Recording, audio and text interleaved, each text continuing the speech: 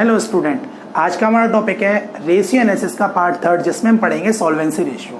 Solvency ratio में हम ये देखेंगे कि सॉल्वेंसी रेशियो क्यों हम कैलकुलेट किए जाते हैं और कौन कौन से टाइप के सॉल्वेंसी रेशियो होते हैं और इनके क्या फॉर्मूले होते हैं और किस तरह से इन्हें सॉल्व किया जाता है। ठीक है, वन बाई वन हम सारे सॉल्वेंसी रेशियो समझ लेते हैं। ठीक, सॉल्वेंसी रेशियो जो सबसे पहले समझते हैं, सॉल्वेंसी रेशियो क्या होता है। सॉल्वेंसी रेशियो का मतलब ये है कि हमारे जितने भी लॉन्ग टर्म ऑब्लिगेशंस होती हैं, लॉन्ग टर्म लायबिलिटीज होती हैं, उनको हमारी फर्म किस तरह से कितनी कैपेबल है कि उनको कितना वियर कर सकती है, उन एब्लिकेशंस को किस तरह से रेक्टिफाई कर सकती है, उसे कैलकुलेट करने के लिए हम सॉल्वेंसी रेशियो कैलकुलेट करते हैं। कुछ इंपॉर्टेंट सॉल्वेंसी रेशियो हैं, कौन कौन से हैं हम यहाँ लिख लेते हैं। पहला सॉल्वेंसी रेशियो है डेब्ट टू इक्विटी रेशियो।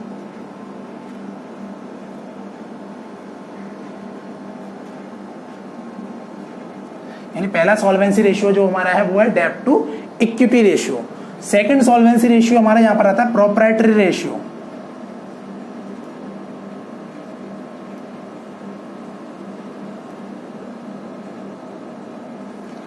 दूसरा हमारा जो सॉल्वेंसी इंपॉर्टेंट रेशियो है वो है प्रोप्राइटरी रेशियो।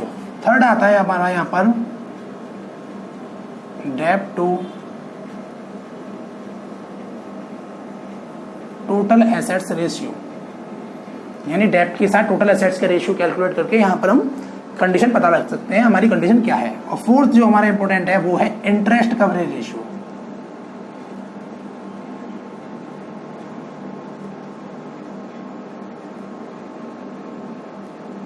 इस तरह से हमारे 4 टाइप के सॉल्वेंसी रेशियो हैं जो हमारे सिलेबस में 12th में दे रखे हैं। डेब्ट टू इक्विटी रेशियो, ठीक, दूसरा है प्रोप्राइटरी रेशियो, तीसरा डेब्ट टू टोटल एसेट्स रेशियो और चौथा है इंटरेस्ट कवरेज रेशियो। ठीक है, ये हमारे 4 टाइप के सॉल्वेंसी रेशियो हैं। तो आज हम इसमें से एक रेशियो पढ़ लेते हैं। कौन सा? फर्स्ट रेशियो से पढ़ेंगे हम डेब्ट टू इक्विटी रेशियो।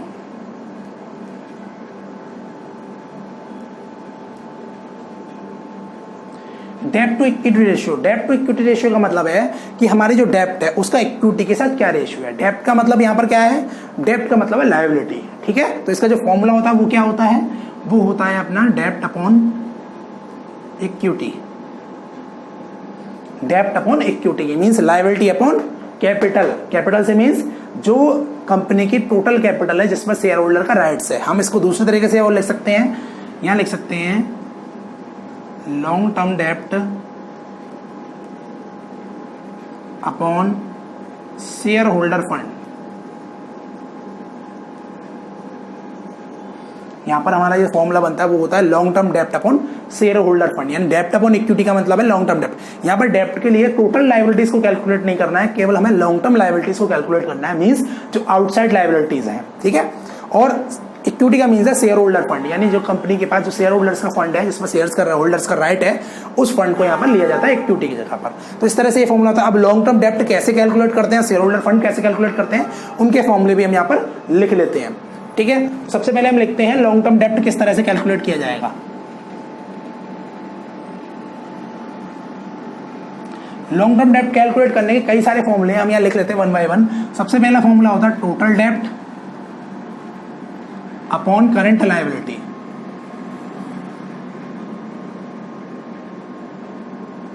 यानी जितनी भी टोटल डेब्ट हमारी दे रखी है फर्म की, उसमें से अगर करंट लायबिलिटी माइनस कर दें तो हमारा कैलकुलेट होकर आ जाता है लॉन्ग टर्म डेब्ट। ठीक है, और फॉर्मूला है इसका, दूसरा फॉर्मूला है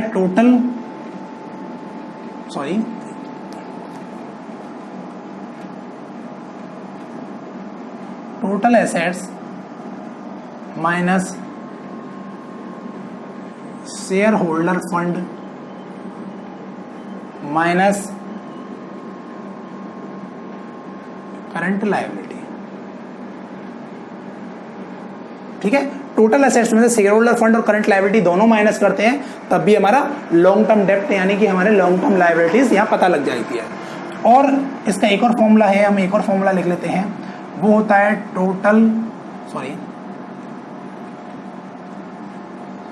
long term borrowing plus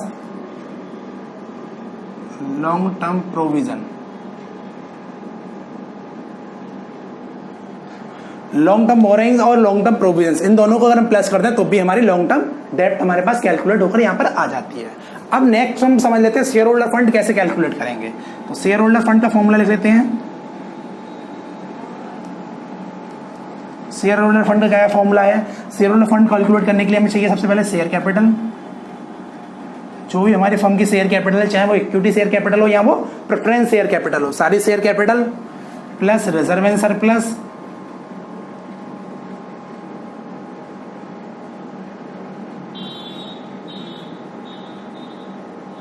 reserve surplus, जितना भी अपना रिजर्व हमने किए हैं या जितने भी सरप्लस हमारे पास है उन सबको ऐड कर लेते हैं तो शेयर होल्डर फंड हमारा कैलकुलेट होकर आ जाता है। ठीक है, और दूसरा फॉर्मूला है हमारा यहाँ पर, दूसरा फॉर्मूला और निकल लेते हैं हम यहाँ पर, टोटल एसेट्स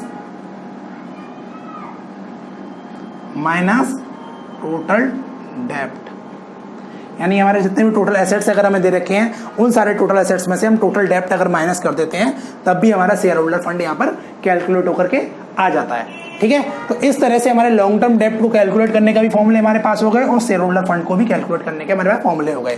तो डेप्ट टू इक्विटी रेशियो सॉल्व करने के लिए हमें चाहिए होता है लॉन्ग टर्म डेप्ट और शेयर होल्डर फंड। तो लॉन्ग टर्म डेप्ट अपन शेयर होल्डर फंड करते हैं तो इससे इसके डेप्ट टू इक्विटी रेशियो हमारे पास कैलकुलेट होकर आ जाता है। ठीक है, तो कुछ एग्जांपल ले लेते हैं और एग्जांपल की हेल्प से डेप्ट टू इक्विटी रेशियो को समझ लेते हैं। यस, तो हमने ये एग्जांपल ले रखे हैं, इन एग्जांपल की हेल्प से हम समझते हैं किस तरह से इस रेशियो को सॉल्व किया जाएगा क्वेश्चंस को। तो पहला एग्जांपल है जिसमें दे रखा है from the following information calculate डेप्ट टू इक्विटी रेशियो। इसमें शेयर कैपिटल दे रखा है 5 लाख, जनरल रिजर्व दे रखा है 2 लाख, रिजर्व एंड सरप्लस मैंने रिजर्व हमें दे रखा है 3 लाख रुपीज का, उसके बाद दे रखा है डिवेंचर हमें दे रखा है 7 लाख के, लॉन्ग टर्म प्रोविजन 50,000 के और ट्रेड पेबल दे रखा है 1 लाख रुपीज का।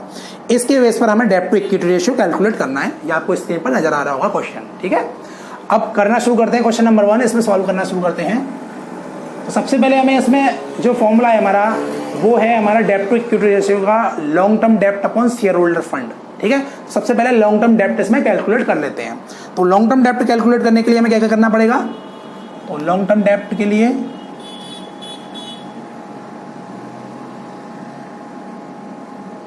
लॉन्ग टर्म डेप्ट कैलकुलेट करने के लिए एक तो इसमें से लेना है हमें डिवेंचर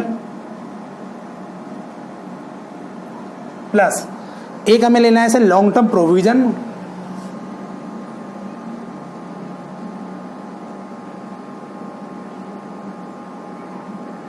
तो डिवेंचर हमारी होती है लॉन्ग टर्म बोरोइंग और लॉन्ग टर्म प्रोविजंस, दोनों चीज हमारे पास यहाँ अवेलेबल है।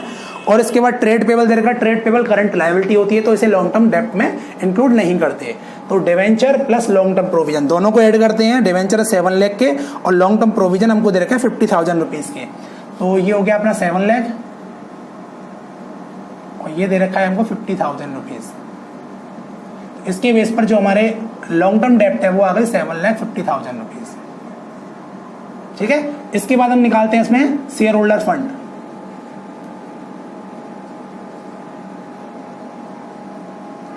अब शेयर होल्डर फंड के लिए हमें क्या क्या चाहिए? इसमें क्या क्या दे रखा है? शेयर कैपिटल हमें दे रखा है, रिजर्व हमें दे रखा है, सरप्लस हमें दे रखा है, तीनों चीजें हमें दे रखी है, तीनों को ऐड कर लेते हैं और निकाल लेते हैं। क्या क्या लिखेंगे हम यहाँ पर?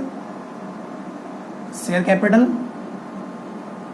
प्लस रिजर्व यानी जनरल रिजर्व जो हमें दे रखा है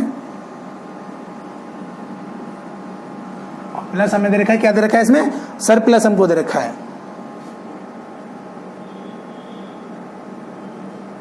ठीक है, तो share capital plus general reserve plus surplus, इसमें कितना कितना दे रखा है? शेयर कैपिटल जो क्वेश्चन में दे रखा है हमको वो दे रखा है 5 लाख का, रिजर्व दे रखा है 2 लाख का और प्रॉफिट दे रखा है 3 लाख का। तो 5 लाख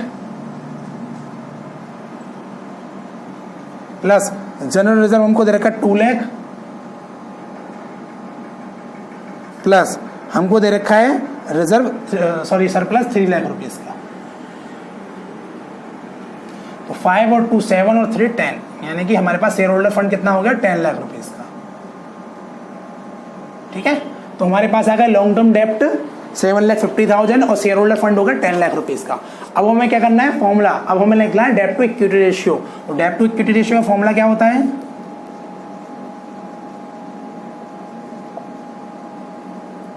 रेशियो का फॉर्मूला आता है लॉन्ग टर्म डेप्ट अपॉन शेयर होल्डर फंड। ठीक है, तो अब इसमें वैल्यू पुट कर देते हैं लॉन्ग टर्म डेप्ट अपॉन शेयर होल्डर फंड में, तो डेप्ट टू इक्विटी रेशियो हमारे यहाँ पर सॉल्व होकर आ जाएगा।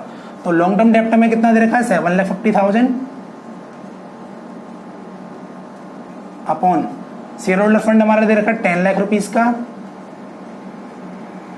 ठीक है, तो अब इसको कट करना शुरू करते हैं। 40 से 40 कट हो जाएंगी, 100 से 75 में डिवाइड दे देंगे। तो यहाँ पर हमारा 100 से 75 में जब हम डिवाइड देंगे तो हमारा रेशियो यहाँ पर निकल के आएगा 0.75/1। इसका मतलब हमारा जो रेशियो हो गया वो हो गया 0.75/1। ये हमारा आंसर आ गया डेब्ट टू इक्विटी रेशियो का, फर्स्ट क्वेश्चन का 0.75/1। इसकी तरह से हमने डेब्ट टू इक्विटी रेशियो सॉल्व कर लिया है। ठीक है, इसका आंसर हमारा निकल के आया है 0.75/1। ठीक है, ये हमारा फर्स्ट क्वेश्चन हो गया। अब हम सेकंड एग्जांपल सॉल्व करते हैं। यस, तो हमारा जो सेकंड क्वेश्चन है वो दे रखा है, जिसमें दे रखा है, इसे पढ़ लेते हैं। टोटल एसेट दे रखी है 2,60,000 की, टोटल डेब्ट दे रखा है 1,80,000, करंट लायबिलिटी दे रखी है 20,000। अब इसमें कैलकुलेट करना है डेब्ट to equity ratio. Total asset 260, total डेब्ट 180 और करंट लायबिलिटी 20। डेब्ट टू इक्विटी रेशियो कैलकुलेट करते हैं। एग्जाम्पल नंबर सेकंड कर लेते हैं। तो एग्जाम्पल नंबर सेकंड में सबसे पहले हम निकाल लेते हैं, यहाँ पर हमें दे रखा है टोटल एसेट्स और टोटल डेब्ट। तो शेयर होल्डर फंड कैलकुलेट कर लेते हैं। Share holder fund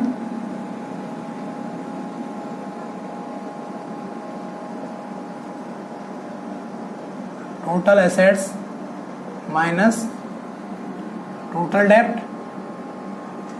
total assets हमें क्वेश्चन में कितनी दे रखी है? टोटल एसेट्स जो हमें दे रखी हैं इस क्वेश्चन में 2,60,000 और टोटल डेब्ट दे रखी है 1,80,000। तो 2,60,000 माइनस 1,80,000 तो हमारा शेयर होल्डर फंड निकल के आ गया 80,000 रुपीज। ठीक है, अब दूसरा निकाल लेते हैं long term borrowing, sorry long term डेब्ट। लॉन्ग टर्म डेब्ट अपने निकाला है। लॉन्ग टर्म डेब्ट के लिए हमें दे रखा है टोटल डेब्ट और करंट लायबिलिटी, यानी कि टोटल डेब्ट माइनस करंट लायबिलिटी। ठीक है, तो टोटल डेब्ट यहां पर दे रखी है 1,80,000 रुपीज की, करंट लायबिलिटी हमें यहां पर दे रखी है क्वेश्चन में 20,000 रुपीज की। तो इस तरह से हमारी लॉन्ग टर्म डेब्ट निकल के आ रही है 1,60,000। ठीक है, अब हम क्या करते हैं, अब हमें निकालना है यहां पर डेब्ट टू इक्विटी रेशियो। फॉर्मूला लिख लेते हैं पहले डेब्ट टू इक्विटी रेशियो का।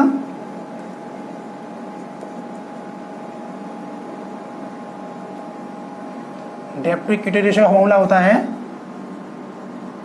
लॉन्ग टर्म डेब्ट upon share holder fund.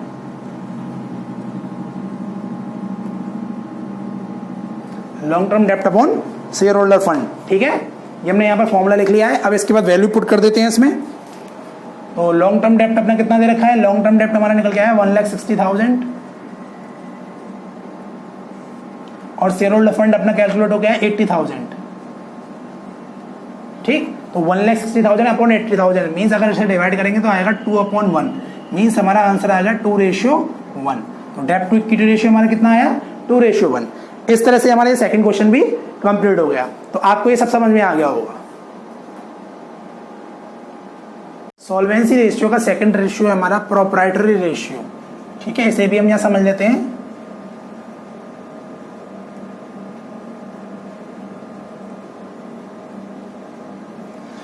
Proprietary ratio का मतलब है जो प्रोप्राइटर फंड होता है उसका टोटल एसेट्स के साथ रिलेशनशिप कैलकुलेट करना। तो जो प्रोप्राइटर फंड होता है वो क्या होता है? प्रोप्राइटर मींस ओनर, और ओनर इक्विटी क्या होती है? Share holder fund. ठीक है, तो इसका फॉर्मूला बन जाता है share holder fund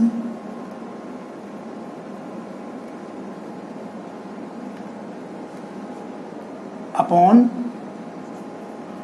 total assets. ठीक है, तो प्रोप्राइटर रेशियो का फॉर्मूला जो हो जाता है वो share holder fund upon total assets हमारा फॉर्मूला होता है।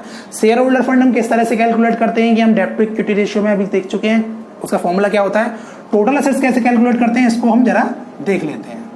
तो total assets is equal to non current assets plus current assets. ठीक है, दूसरा फॉर्मूला इसका क्या बन जाता है?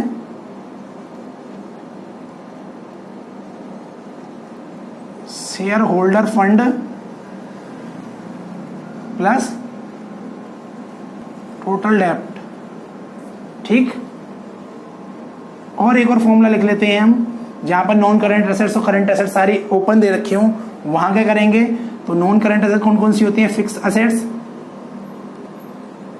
Fix tangible assets, fix assets लिख लेते हैं सिंपल, जिसमें टेंजिबल हो या इनटेंजिबल हो दोनों ही फिक्स एसेट्स यहाँ पर कैलकुलेट की जाएंगी, plus non current investment,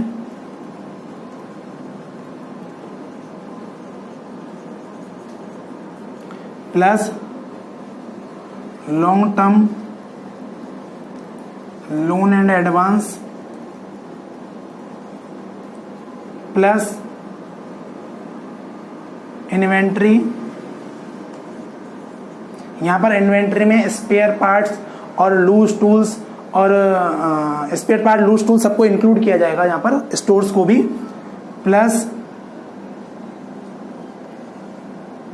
trade receivable, plus करके आ जाते हैं यहाँ पर कैश एंड बैंक बैलेंस,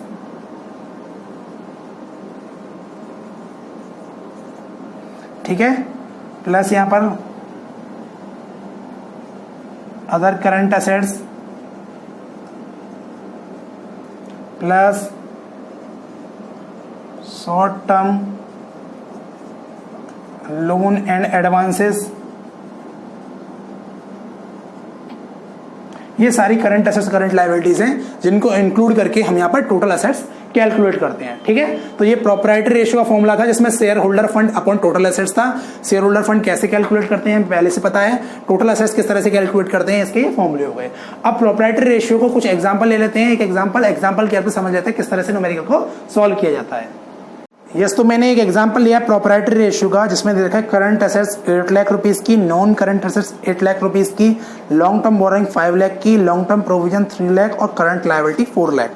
इससे हमें कैलकुलेट करना है प्रोप्राइटरी रेशियो। तो ठीक है, प्रोप्राइटरी रेशियो किस तरह से कैलकुलेट करते हैं देख लेते हैं। सबसे पहले हमारा जो है सॉल्यूशन यहाँ पे कर रहे हैं, क्वेश्चन आपको स्क्रीन पर नजर आ रहा है। सबसे पहले हम यहाँ पे कैलकुलेट कर लेते हैं शेयर होल्डर फंड और कर लेते हैं टोटल असेट्स। तो सबसे पहले हम कर लेते हैं टोटल असेट्स। टोटल असेट्स के लिए हम क्या क्या लिखेंगे यहाँ पर, टोटल असेट्स के लिए जो हमें जरूरत है वो है करंट असेट्स और नॉन करंट असेट्स की। तो करंट असेट्स यानी शॉर्ट में लिख लेते हैं और नॉन करंट एसेट्स दोनों को ऐड कर देते हैं। करंट एसेट्स हमें दे रखी है 8 लाख रुपीस की, प्लस नॉन करंट एसेट्स हमें भी 8 लाख रुपीस की ही दे रखी है, ठीक है। तो इन दोनों को ऐड करके हम निकाल देते हैं यहाँ पर 16 लाख। तो ये अपने टोटल एसेट्स तो कैलकुलेट होकर के आ गई है। अब हमें निकालना है शेयर होल्डर फंड। तो शेयर होल्डर फंड के लिए हम क्या करेंगे, शेयर होल्डर फंड का फॉर्मूला होता है टोटल असेट्स, जो यहाँ पर अप्लाई होगा टोटल असेट्स माइनस टोटल डेप्ट। तो इस किस तरह से कैलकुलेट करेंगे, share holder fund is equal to total assets minus total डेप्ट। टोटल डेप्ट के लिए हमें क्या क्या दे रखा है यहाँ पर, long term borrowing,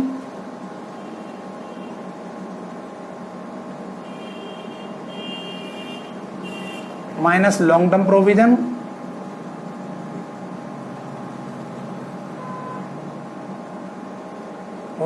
minus current liability.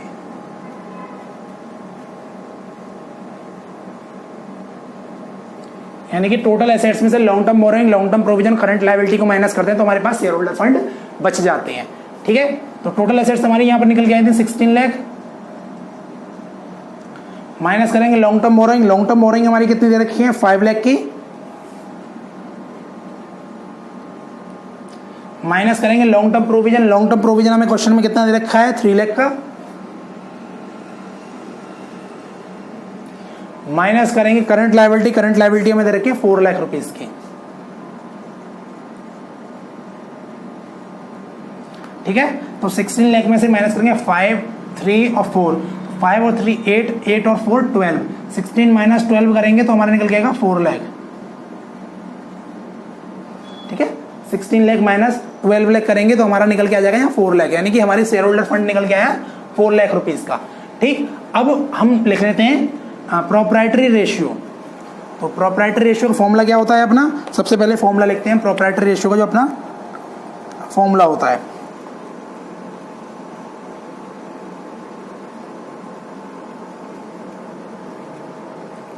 Proprietary ratio का फॉर्मूला होता है शेयर होल्डर फंड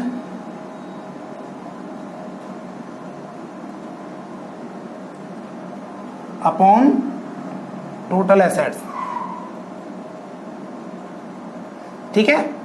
और प्रोप्राइटरी रेशियो का एक फॉर्मूला और है। प्रोप्राइटरी रेशियो को अगर हमें फ्रैक्शन की फॉर्म में निकालना है तो ये फॉर्मूला है, अगर हमें परसेंट की फॉर्म में निकालना है तो इस फॉर्मूले के साथ हम 100 का मल्टीप्लाई और कर देते हैं, तो आंसर जो आता है वो परसेंट की फॉर्म में आ जाता है, ठीक है। तो हम इसे कैसे भी सॉल्व कर सकते हैं, तो हम सिंपल सॉल्व कर लेते हैं। जैसे शेयर होल्डर फंड अपन टोटल एसेट्स, तो शेयर होल्डर फंड हमें कितने दे रखे हैं, तो शेयर होल्डर फंड जो हमें दे रखे हैं वो हमारे कैलकुलेट होकर आए हैं 4 लाख रुपीज के,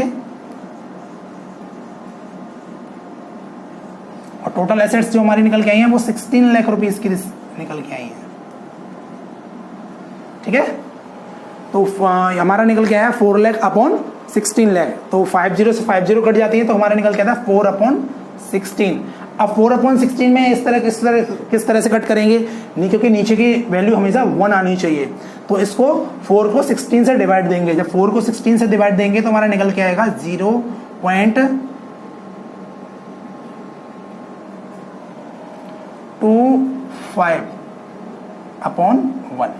4 को जब 16 से डिवाइड देंगे तो हमारा निकल के आएगा 0.25 अपॉन 1, यानी कि जो हमारा प्रोप्राइटरी रेशियो है वो हमारा जो सॉल्व होके आया है वो हमारा कैलकुलेट होकर यहाँ पर निकल के आया है 0.5 अपॉन 1। तो 0.5 अपॉन 1 को हम लिख देंगे 0.5 रेशियो 1, 0.25 रेशियो 1, 0.25 हमारा जो निकल के आया था 0.25 रेशियो 1 करके हमने इसको आंसराइज कर दिया है, ठीक है। एक तरीका और है, इसको किस तरह से हम लिखेंगे, अगर हम इसका 100 से मल्टीप्लाई करके सॉल्व करते हैं, इसको शेयर होल्डर फंड को 100 से मल्टीप्लाई करके सॉल्व करते हैं, मींस परसेंट फॉर्म में अगर हमें निकालना है तो परसेंट फॉर्म में निकालने के लिए हम क्या करेंगे, बस इसका 0.5 का 100 से मल्टीप्लाई कर देंगे, यानी कि जिस समय हमें और करके अगर हम लिखते हैं यहाँ पर, तो हम क्या करेंगे, equal to 0.25 multiply by 100 equal to 25%, ठीक है। जब परसेंट की फॉर्म में आपसे पूछा जाएगा तो आप इस तरह से सो रहेंगे। तो परसेंट की फॉर्म के लिए हम क्या कर लेते हैं, बस केवल और केवल हमारा जो फॉर्मूला है उसके साथ 100 का मल्टीप्लाई हम यहाँ पर कर देते हैं, ठीक है, जिससे कि हमारे परसेंट के फॉर्म में आंसर निकल गया जाता है। तो आज के लिए इतना ही। आप सब लोगों को ये सब कुछ समझ में आ गया होगा किस तरह से हम डेब्ट टू इक्विटी रेशियो सॉल्व करते हैं और किस तरह से अपना प्रोप्राइटरी रेशियो सॉल्व करते हैं। सॉल्वेंसी रेशियो के ये दोनों रेशियो आज हमने सॉल्व कर लिए। बाकी के सॉल्वेंसी रेशियो के जो 2 रेशियोज और बचते हैं उन्हें हम नेक्स्ट वीडियो में करेंगे, नेक्स्ट वीडियो में समझेंगे, ठीक है। तो आपको ये सब समझ में आ गया होगा। अगर आपको वीडियो अच्छी लगी है तो इसे लाइक कीजिए, अपने फ्रेंड्स के साथ शेयर कीजिए और कमेंट करके हमें रिप्लाई कीजिए, और इस तरह से पढ़ने के लिए हमारे इस चैनल को सब्सक्राइब कीजिए। आज के लिए इतना ही, थैंक यू।